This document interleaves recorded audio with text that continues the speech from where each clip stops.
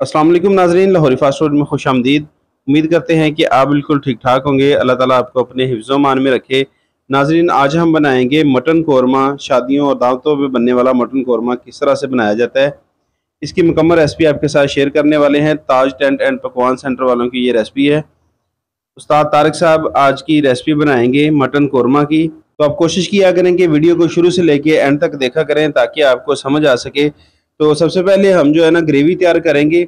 यहाँ पे 15 किलो टमाटर, 15 किलो प्याज और लहसुन अदरक है 3 किलो, मतलब कि 1.5 किलो लहसुन, 1.5 किलो अदरक और 1.5 किलो सब्ज़ मिर्च को बॉयल कर लिया है। पानी डाल के इन्हें फिलहाल सिर्फ बॉयल किया है। इसके बाद इसमें हम जो है ना ग्राइंडर चलाकर इसकी ग्रेवी बना लेंगे। क्योंकि ग्रेवी ज़्यादा मिकदार में बनानी होती है तो कमर्शियली कामों के अंदर जो है ना इस तरह की जो मदानी कह लें उसे या फिर ग्राइंडर कह लें वो इस्तेमाल किया जाता है। तो इससे ग्रेवी जो है ना बेहतरीन बनती है। ये देखें जी, इस तरह से हमारी जो ग्रेवी है वो तैयार हो चुकी है। अब इस ग्रेवी के अंदर 15 किलो दही शामिल करेंगे। आप चाहें तो दही जो है ना अलग अलग भी डाल सकते हैं, मतलब कि हर वीडियो में रेसिपी में मैं बताता हूँ आपको कि 10 केजी के लिए 1 किलो आपने दही इस्तेमाल करना होता है। तो चाहें तो आप अलग से डाल लें या फिर इसके अंदर भी मिक्स कर सकते हैं। इस ग्रेवी के अंदर 15 किलो दही शामिल करके इसे अच्छे से मिक्स करके रख लेंगे।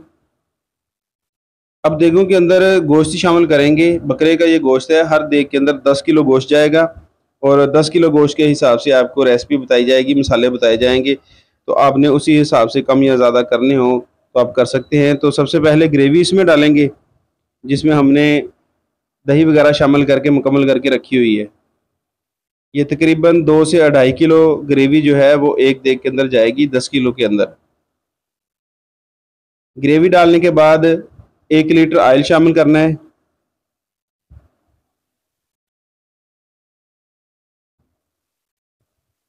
इसके बाद इसके अंदर खड़े मसाले शामिल करेंगे साबुत, जिसके अंदर लौंग हैं और इसके अलावा दारचीनी, साबुत दारचीनी जाएगी और बड़ी इलायची जाएगी।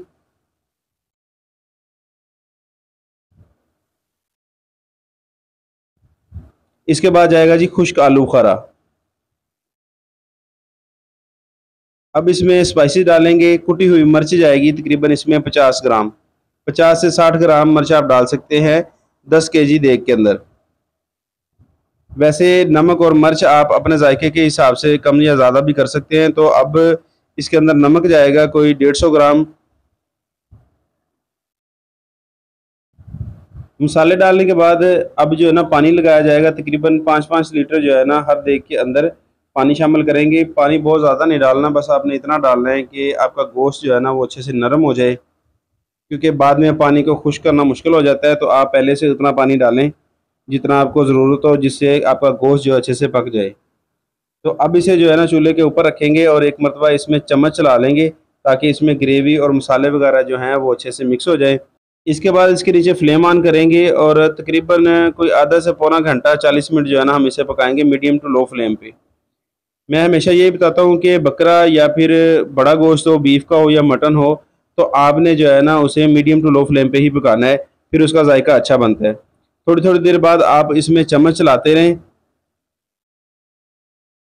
यहाँ पे देखिए हमारा गोश्त बेहतरीन पक रहा है। कलर देखें ज़बरदस्त माशाल्लाह। ये देखें जी, अल्हम्दुलिल्लाह बेहतरीन तैयार हो रहा है। आपने थोड़ी थोड़ी देर बाद इसमें चम्मच चलाना है ताकि गोश्त वगैरह नीचे ना लगे।